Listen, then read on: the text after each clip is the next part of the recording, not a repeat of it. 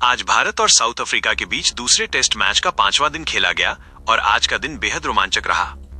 इस वीडियो में हम आपको आज के खेल का पूरा हाइलाइट्स बताएंगे, तो वीडियो को अंत तक जरूर देखें और अगर वीडियो पसंद आया तो एक लाइक जरूर करें। इस वीडियो का लाइक टारगेट है 1000 लाइक्स। मैच की पृष्ठभूमि और साउथ अफ्रीका का दबदबा। दोस्तों, गुवाहाटी के बरसापारा स्टेडियम में इतिहास रचा जा रहा था क्योंकि यहां पहली बार कोई टेस्ट मैच खेला जा रहा था। मुकाबले की शुरुआत से ही अफ्रीकी टीम ने मजबूत पकड़ बना ली थी। साउथ अफ्रीका पहली पारी पहले बल्लेबाजी करते हुए साउथ अफ्रीका ने 489 रन का विशाल स्कोर खड़ा किया।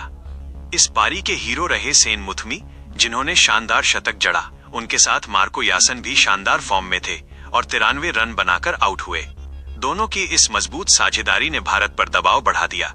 भारत पहली पारी 489 रनों के जवाब में उतरी टीम इंडिया की शुरुआत बेहद खराब रही। दक्षिण अफ्रीका के गेंदबाजों ने शुरू से ही भारतीय बल्लेबाजों को दबाव में रखा। खासकर मार्को यानसन ने गेंद से कमाल दिखाते हुए 6 विकेट झटके। भारत की पूरी टीम 201 रन पर ढेर हो गई। इस तरह साउथ अफ्रीका को पहली पारी में 288 रनों की भारी बढ़त मिल गई। साउथ अफ्रीका दूसरी पारी। इतने बड़े अंतर से बढ़त मिलने के बाद भी साउथ अफ्रीका ने भारत को फॉलो ऑन नहीं दिया।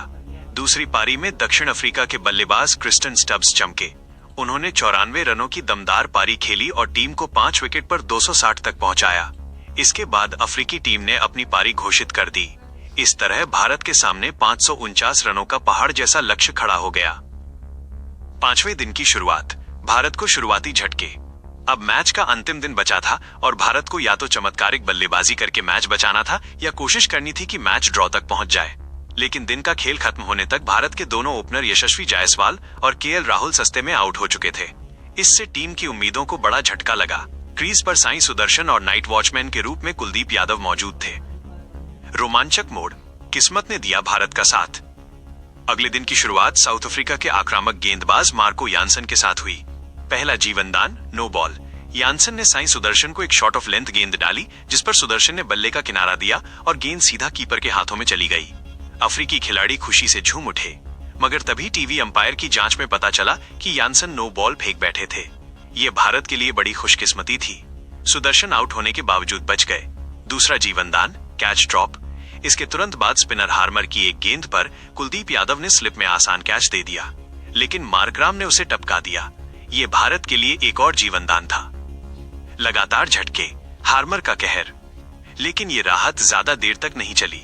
कुलदीप यादव 5 रन। हार्मर ने अपनी जादुई स्पिन से कुलदीप यादव को क्लीन बोल्ड कर दिया। कुलदीप टर्न की उम्मीद में खेल रहे थे, लेकिन हार्मर की सीधी जाती गेंद ने सीधे स्टंप उड़ा दिए। कुलदीप की 38 गेंदों पर 5 रनों की मेहनत बेकार चली गई। ध्रुव जुड़ेल 0 रन। कुलदीप के आउट होते ही भारत की मुश्किलें और बढ़ गईं। अगले बल्लेबाज ध्रुव जुड़ेल क्रीज पर आए, लेकिन वो भी ज्यादा देर टिक नहीं सके। उसी ओवर में हार्मर ने उन्हें भी आउट कर दिया। इस बार मार्कराम ने स्लिप में कैच लपकने में कोई गलती नहीं की। इस विकेट के साथ हार्मर ने इस ओवर में 2 विकेट और पारी में 3 विकेट झटके। भारतीय टीम का स्कोर 42 पर 4 विकेट हो चुका था। पंत का जोखिम भरा अंदाज और मार्कराम का कमाल। भारत के लिए अब ड्रॉ कराना ही एकमात्र रास्ता था। ऐसे में बल्लेबाजी करने आए भारतीय कप्तान ऋषभ पंत। पंत मैदान पर आते ही अपने जाने पहचाने अंदाज में खेलने लगे, तेज, पॉजिटिव और निडर। पंत की आक्रामकता। पंत ने महाराज की गेंदबाजी पर 2 शानदार चौके लगाकर अपना इरादा साफ कर दिया। दर्शक भी हैरान थे कि जहां भारत को सिर्फ समय निकालना है, वहां पंत इतने बड़े बड़े शॉट क्यों खेल रहे हैं। पंत का विकेट, 13 रन। ड्रिंक्स ब्रेक के बाद खेल दोबारा शुरू हुआ और यहीं भारत को एक और बड़ा झटका लगा। गेंदबाज थे हार्मर। हार्मर की एक गेंद पर पंत ने डिफेंड करने की कोशिश की, लेकिन गेंद किनारा लेकर स्लिप की दिशा में हवा में तैरती चली गई। मार्कराम ने तेजी से आगे आकर बिना गलती किए कैच पकड़ लिया। ये उनका इस मैच का 7वां कैच था। भारत का स्कोर 58 रन पर 5 विकेट हो चुका था। जडेजा और सुदर्शन की संघर्ष भरी साझेदारी। अब क्रीज पर आए रविंद्र जडेजा और दूसरी ओर साई सुदर्शन एक दीवार की तरह जम चुके थे। सुदर्शन की संयमित पारी। सुदर्शन ने 100 से भी ज्यादा गेंदें खेल ली थी। वो धैर्य के साथ बिना किसी जोखिम के हर गेंद को ध्यानपूर्वक खेल रहे थे। जडेजा का पलटवार। जडेजा अपनी पहचान के अनुरूप खेल रहे थे। उन्होंने महाराज के ओवर में एक शानदार छक्का लगाया और स्वीप शॉट से भी स्पिनरों को परेशान किया। टी ब्रेक तक का स्कोर। दोनों मिलकर दोपहर के टी ब्रेक तक बिना विकेट खोए टिके रहे। टी ब्रेक हुआ, भारत का स्कोर 90 रन पर 5 विकेट था। साई सुदर्शन 138 गेंदें खेलकर केवल 14 रन बनाकर नाबाद थे। अंतिम सत्र और भारत की ऐतिहासिक हार।